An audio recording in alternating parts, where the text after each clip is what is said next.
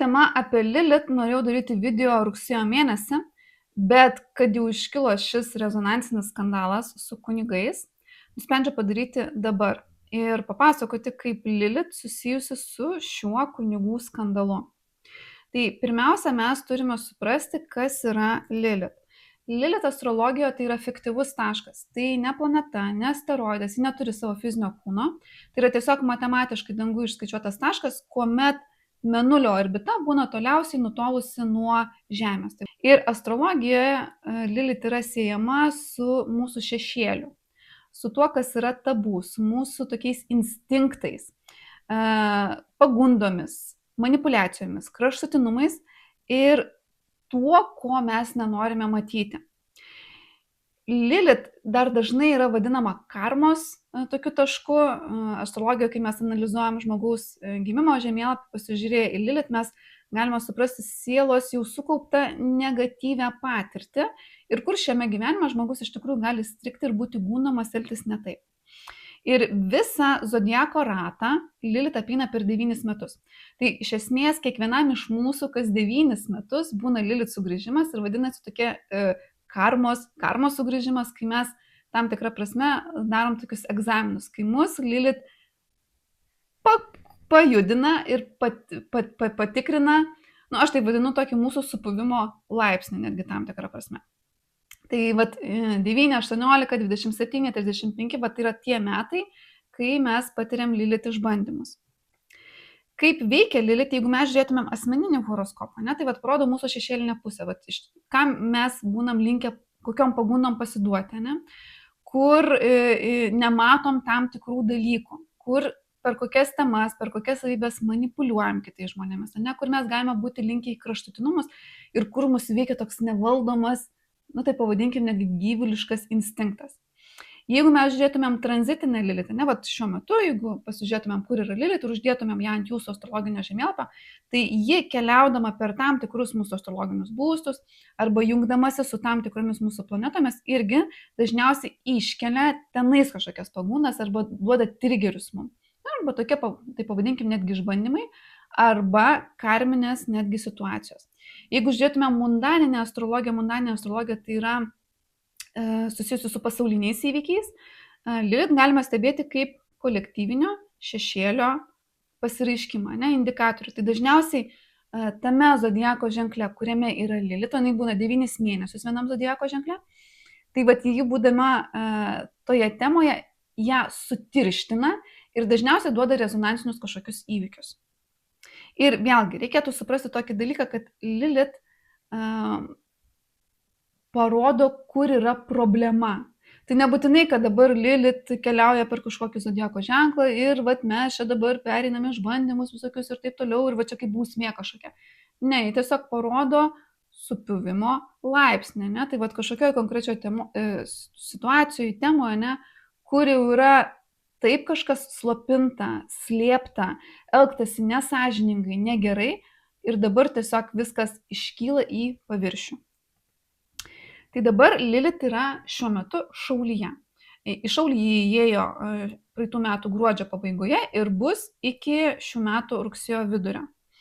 Lilith Šaulyje kalba apie Šaulio tematikas, tai vadinasi Šaulio šešėlį. O kadangi Šaulys yra susijęs su užsienio, tarptautiniais santykiais, religija, tikėjimu, dvasiniais autoritetais, morale, įstatymais ir ideologijomis, tai šitos temos tampa šešėlinės, vadinasi, iškyla šitų temų šešėlis. Ir mums dar labai svarbu pamatyti ne tik kokiame zodiako ženkle yra Lilith, bet ir to ženklo valdančią planetą. O kur ji yra, kokiuose jinai yra temose. Tai kaip tik, kai ėjo Lilith į Šaulį, Šaulio valdovas Jupiteris buvo Vėžyje, o Vėžys yra atsakingas už gimtinę, teritoriją, namus, nacionalinį saugumą. Ir kasgi tuo metu pradėjo vykti. Jeigu jūs visi gerai pamenat, praeitų metų pabaiga buvo didžiulis rezonansinis skandalas su Lietuvos vilkikais užstrigusiais Baltarusijoje. Tuo metu buvo labai aktyvi tema su kontrabandiniais tais balionais, ir ta visa pasienio krizė. Nuolat trikdomas buvo Vilniaus oro uosto darbas. Oro uostas irgi yra Šaulio tematika, nes jis yra susijęs su kelionėmis, su užsieniu, su tarptautiniais santykiais.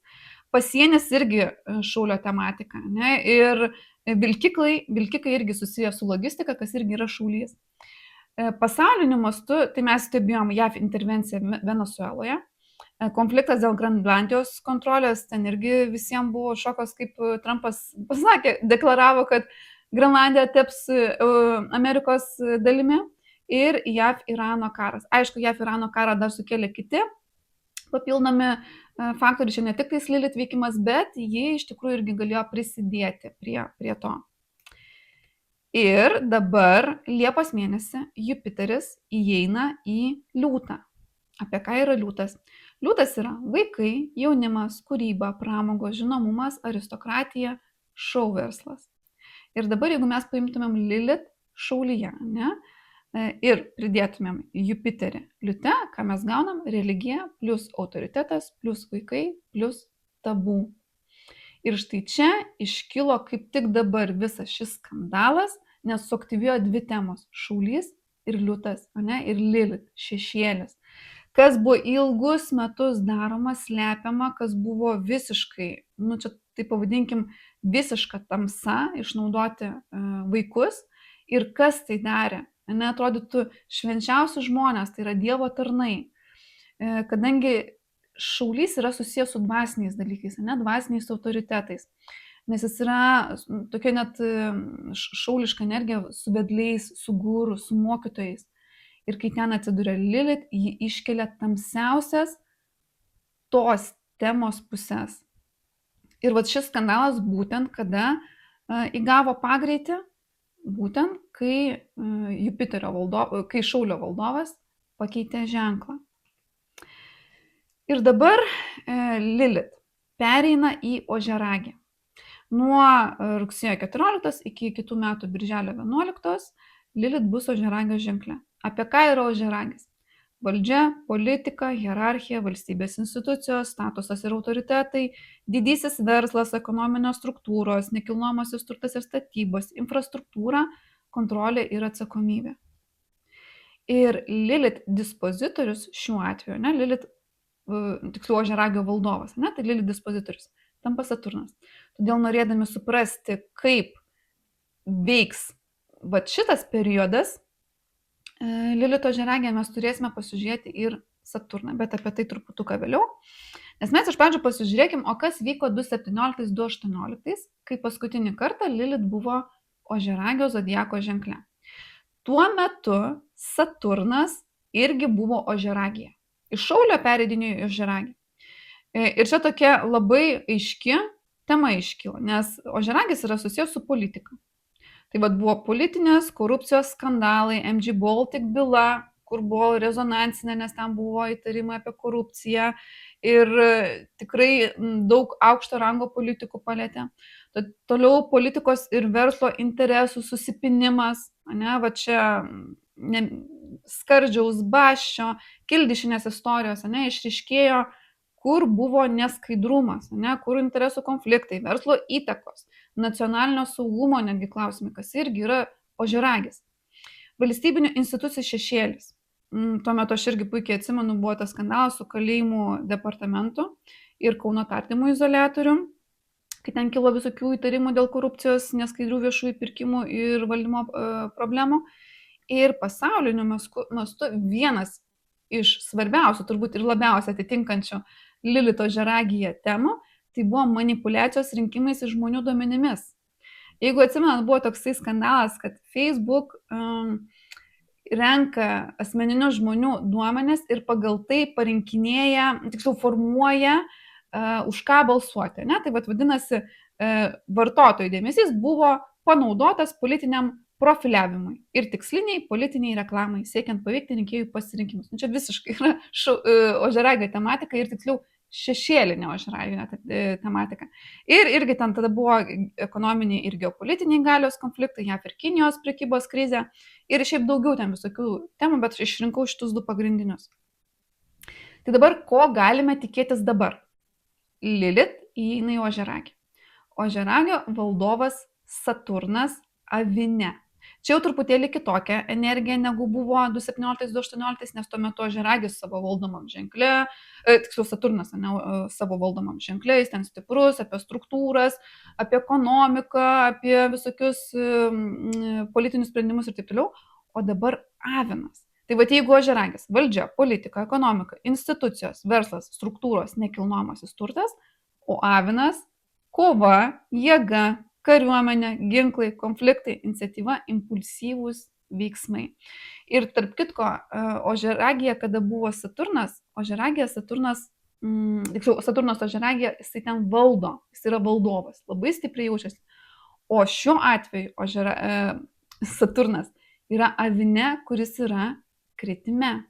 Iš čia jaučiasi blogai, iš čia negali pasireikšti harmoningai.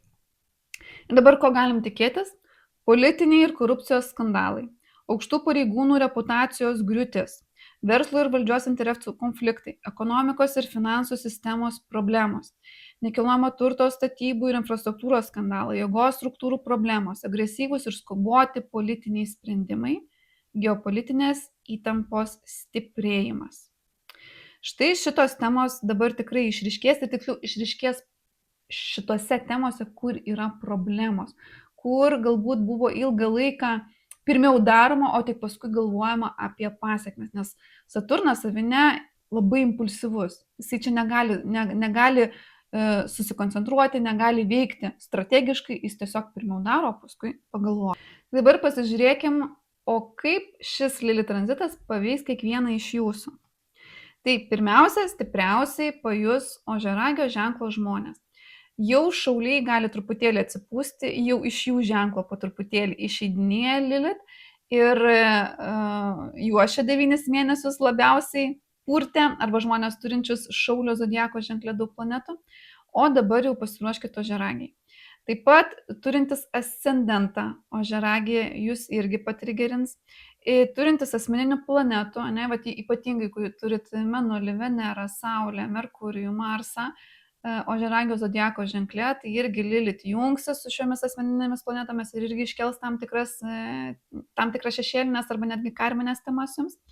Ir turintis natalinę Lilith Ožiaragę. Tai vadinasi, jeigu jūsų gimimo horoskope yra Lilith Ožiaragė, jums šie metai bus, šie ir kiti, bus karmos sugrįžimo laikas, kai irgi Lilith tikrins jūsų supuvimo lygmenį. Tai jūs galite dabar truputėlį pasiruošti ir žiūrėti, vėlgi, Lilith jie patikrina, ne? Tai nebūtinai, kad dabar jums čia vyks kažkokie griūtis ir čia vien problemos. Tiesiog Lilith tikrins, o kaip jūs jas žiūrite į tas problemas, kaip jūs jas sprendžiate, ar prisimate atsakomybę ir ar neužsukinėjate karmos toliau. Tai vadinasi, kai vyksta kažkokie nemalonūs įvykiai, ar jūs neveikėt per pyktį, per kerštą, per neprisimimą atsakomybės ir panašius dalykus. Tai jeigu norisi išmokti skaityti astrologiją giliau, ne tik žinoti, kokiam ženklai yra planeta, bet ir suprasti, kaip tarpusavyje jungiasi ženklai, planetos, aspektai, būstai, dispozitoriai ir taip toliau, tai kviečiu mokytis astrologijos kartu su manimi astrologijos mokykloje Kosmoso kalba. Mokymai startuoja rugsėjo 3 dieną, truks 10 mėnesių ir yra viena vieta. Žmogui, kuris tikrai nori, kuris jaučia didelę motyvaciją, kviečiu parašyti ir prisijungti.